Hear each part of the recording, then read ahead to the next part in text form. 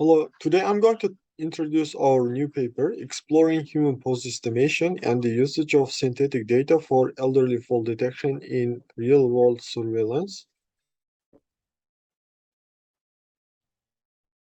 This figure shows the overview of the performance evaluation methodology.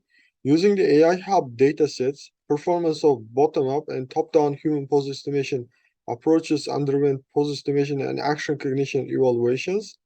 Next, after mixing AI Hub and CINA ADL datasets, performance improvement was measured in terms of model accuracy. Here, T represents the number of frames. So the KISS CINA ADL dataset is synthetic and the AI Hub dataset is real. So first, we are going to evaluate the state-of-the-art human pose estimation methods on a real data set, and we are going to measure the performance improvement using the synthetic data set. Second slide shows the related works. First table depicts the vision-based publicly available fall detection datasets, and the second table shows the related literature for pose estimation based human action recognition and fall detection. As we can see in the first table, most of the fall detection datasets are scientific, meaning that if a model trained on them cannot generalize to the real-world applications. So we chose AI Hub datasets for several reasons. First, because it was collected in 10 different environments, there is a great variance in distances and viewing angles from camera to subject. Second, unlike laboratory environments, real-world surveillance cameras stream continuously day and night. Thus, as the videos recorded both at night and during the daytime, it represents different levels of complexity. Third, it was collected in places where the elderly usually happens to be in need. For example, hospitals and community centers, enabling us to evaluate the performance of human pose estimation methods in the real-world assisted living scenarios. From the second table, we can see that there have been many trials to adopt human pose estimation for elderly action recognition and fall detection. However, most of the approaches exploited mainly open pose or other pose estimation method without comparisons. Thus, in our study, we aim to compare different methods to show which method can lead to better accuracy improvement and generalization. Uh, this slide shows the one of our methodologies, how we selected human pose estimation. So human pose estimation can be categorized to top-down and bottom-up approaches. The top-down approaches employ a human detector to find human candidates before doing single-person pose estimation. In contrast, bottom-up approaches first predict the key points of a person and later associate the detected key points to form full poses. There are advantages and disadvantages to both proposed approaches. For example, bottom-up approaches are efficient in inference speed while predicting the key points relative to human candidates in a scene. Nevertheless, they may produce disconnected or error-associated parts in truncation or occlusion scenarios. Or on the other hand, top-down approaches are dependent on person detector accuracy in addition to having inference speed in accordance with the person count in the image.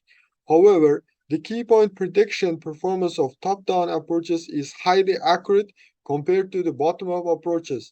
Thus, to find the most accurate and efficient pipeline, two top-down and three bottom-up state-of-the-art human pose estimation methods were selected, as you can see in the table.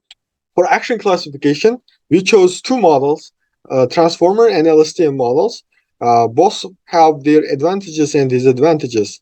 So we wanted to compare them, which one performs good in terms of speed, latency, and accuracy.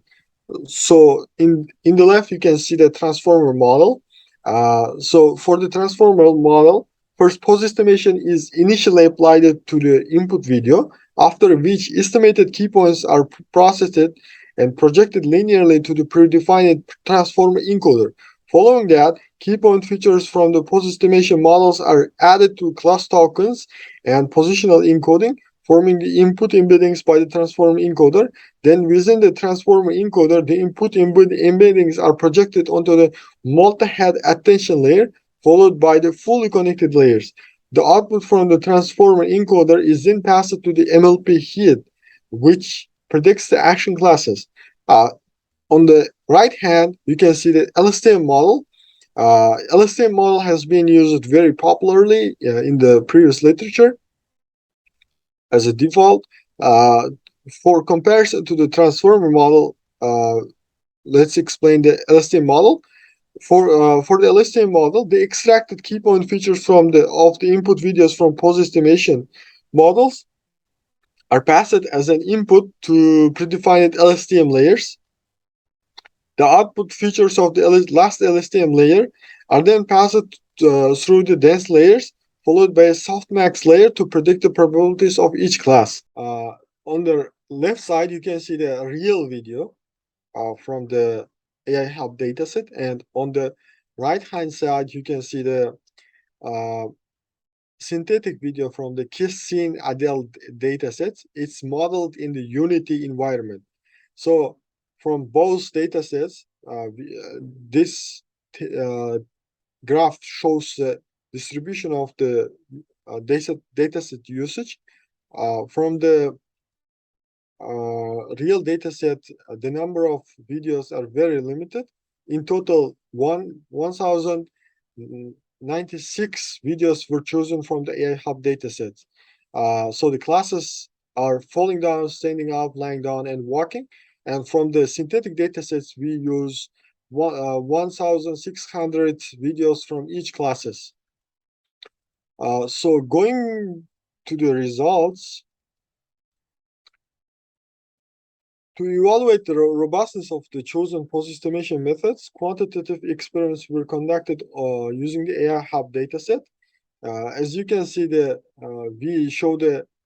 we show the accuracy, precision, recall, and if score of each pose estimation and for each pipeline, transformer LSTM pipeline. You can see that transformer pipeline uh, outperformed the LSTM pipeline by a small margin. Uh, and going to the right, we can see that training jointly on synthetic and real data really helps. For example, uh, training only on the real with AlphaPose and the transformer pipeline gave 89.22%. But after adding 6,400 extra videos from synthetic dataset, uh, but after adding 6,400 synthetic data to the real data, we improved the action recognition result for up to 94.35%, which is very outstanding. And it is very interesting to see that the degree of generalization when the model was trained on completely synthetic data and evaluated on real data. The table shows that training the action classification model with only uh, synthetic data can achieve to up to 70.19% accuracy with a transform model that uses AlphaPost key point features. For each action classification model, transformer, and LSTM, 5 pipelines were analyzed with each pipeline corresponding to different key point extractors. Analysis shows that the amount of synthetic data had a direct impact on action cognition performance. To capture the trend, we added 1,600 synthetic data in each step, 400 samples for each class. With each addition of synthetic video samples to the real data, there was a consistent increase in accuracy from both the transformer and LSTM models. The accuracy improvement was noticeable in early steps, which tended to decrease marginally with more adding synthetic data. The highest increase can be attributed to AlphaPose with transformer pipeline with 5.16% improvement. Lastly, to visualize the key performance improvement after adding synthetic data, a transformer pipeline was used. Key points were extracted from AlphaPose and given as an input to the transformer model. Three scenarios were tested with two pipelines, where in all cases test data were the same. Three samples of falling down from the AI Hub dataset. In the first pipeline, a transformer-based action recognition model was trained on only real AI Hub dataset. Next 6,400 synthetic video samples were added to the real data to create larger training set. Then on this larger training set, the second transformer-based pipeline was trained. Performance improvement after adding synthetic data are shown in shown that all of them were wrong when the model was trained on the. All of the cases were failure cases when the model was trained only on the real data, but after adding synthetic data, they noticeably improved, and the action recognition model could correctly classify the correct class. So adding synthetic data, then retraining the model successfully corrected the failure cases. So in conclusion, the findings of this research are AlphaPose was found to be the most accurate human pose estimator in surveillance scenarios. Transformer outperformed LSTM in accuracy, precision, recall, and F1 score, being having comparable speed to LSTM. The results show that exploitation of synthetic data improved action recognition performance significantly. Limitation of this research is that quantitative evaluations were performed only on indoor data. As a future research, one can extend the present work by considering observations from outdoor elderly human behavior datasets as well.